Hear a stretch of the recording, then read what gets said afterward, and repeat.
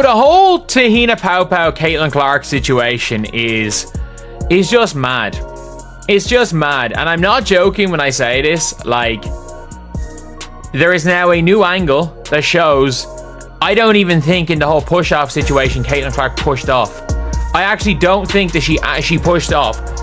I think that, again, it looks to me like Tahina Paopao threw herself out of the play after hacking Caitlin Clark. She hacked Caitlin Clark, overcommitted, and threw herself out of play. I got a technical for basically being mad at myself because I missed the three and then I went and hit the backboard, and he told me it was disrespectful to the game of basketball. So I don't know, it reminded me of the technical that I got in college where I said damn it, where it's like a personal frustration. Had nothing to do with my team, had nothing to do with their reffing, had nothing to do with the other team. It was just because I'm a competitor and I felt like I should have been making more shots. So but I think he fired me up to continue to play a lot harder. I thought we got a lot better after he did that, so I want to thank him. The WNBA just landed in hot water. A ref is under fire for allegedly singling out Caitlin Clark, and now the league is spinning faster than a missed overtime layup. Fans are calling out blown calls, shady fouls, and questionable officiating like it's reality TV. Caitlin didn't just play the game, she got played by the stripes. And now, the league's scrambling, the fans are furious, and this scandal's hotter than a finals buzzer beater. With the increased attention this year, there's also been increased scrutiny about the quality of refereeing. Curious if there has been any conversation about whether it's referee pay, referee training, anything to ensure that is as good as it can be. Obviously, not every, they're humans, looking at technology. Basketball is a little more complex than tennis, for instance, around technology of officiating. So we're looking at a variety of different dimensions. Somewhere in the chaotic kingdom of pro basketball, where logic goes missing and the refs might as well be wearing blindfolds, the WNBA is putting on a masterclass in sabotaging its own superstar. Step 1. Sign Caitlin Clark, the biggest name to hit women's sports since Serena first swung a racket. Step 2. Officiate her like she's some random fan who accidentally wandered onto the court with a bucket of popcorn. The misguided missile that can destroy everything this upcoming season, and that is the WNBA referees and this secret agenda. Yes, there was a secret agenda against Caitlin Clark when it comes to fouls not being called, when it comes to her getting to the free. Yes, Caitlin Clark, America's sweetheart, Iowa's pride, ESPN's ratings darling, and apparently the WNBA ref's favorite piñata, is 2 preseason games in and has exactly 0 free throws. Not one. No pity whistles, no oops, my bad calls, nothing. Just cold, unflinching silence as she's hacked, mugged, and occasionally body slammed into the paint. Release time, which is pretty much identical to mine. You can't help but watch when she plays, where she's shooting from, the range, the confidence, the flair. Like, she's a performer. Don't think this is some random glitch in the Matrix. Nope, this is the sequel to last season's disaster. Last year, WNBA refs made it crystal clear. Caitlin Clark is open season. Watching her play felt like trying to dribble through rush hour traffic. Except instead of horns, defenders just body-checked her like it was some avant-garde interpretive dance. Caitlin Clark, her arm is like being grabbed by Tahina Paopao and she does take it off. Could there have been contact? Sure.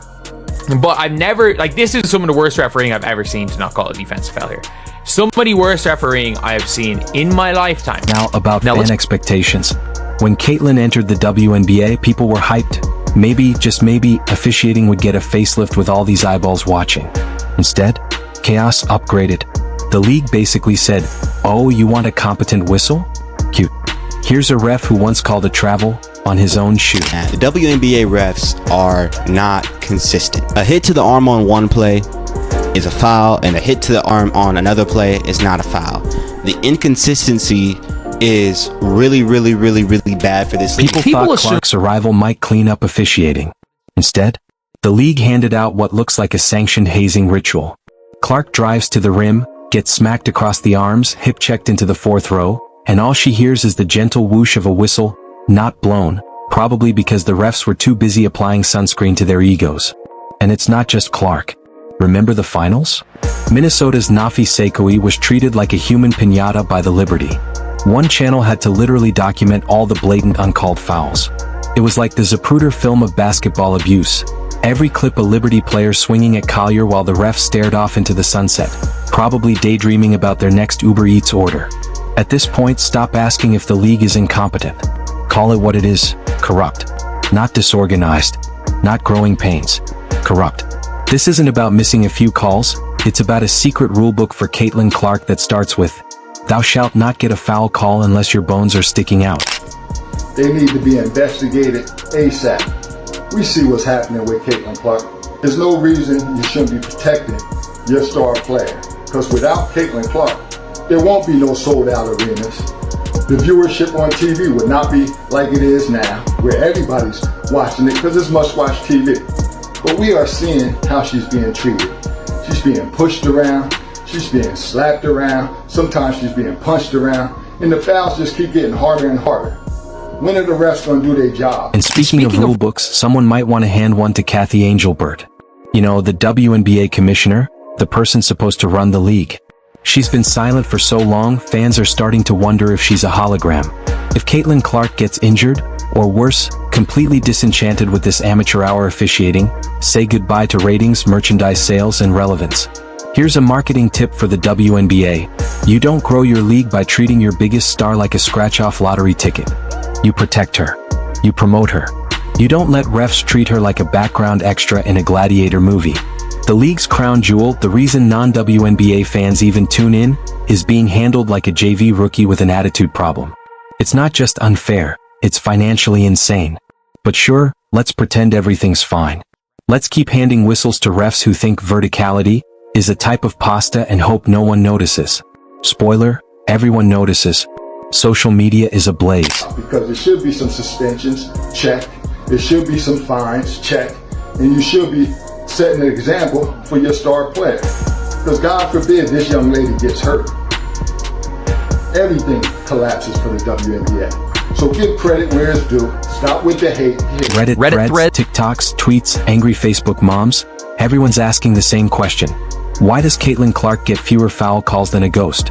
And the only answers are that the WNBA either doesn't care or is actively sabotaging the best thing to ever happen to them.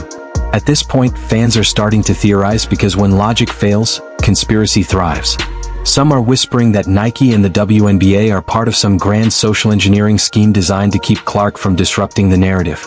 Sounds wild, until you remember that a world-class shooter is slicing through defenders like she's dodging shopping carts at Costco, and still has 0 free throws in 2 straight games. If Clark doesn't start getting fair treatment, fans won't stay quiet. They'll erupt. And not with polite emails or sad face emojis. Think protest, boycotts, memes that permanently stamp the WNBA as a clown league that couldn't properly officiate a game of hopscotch.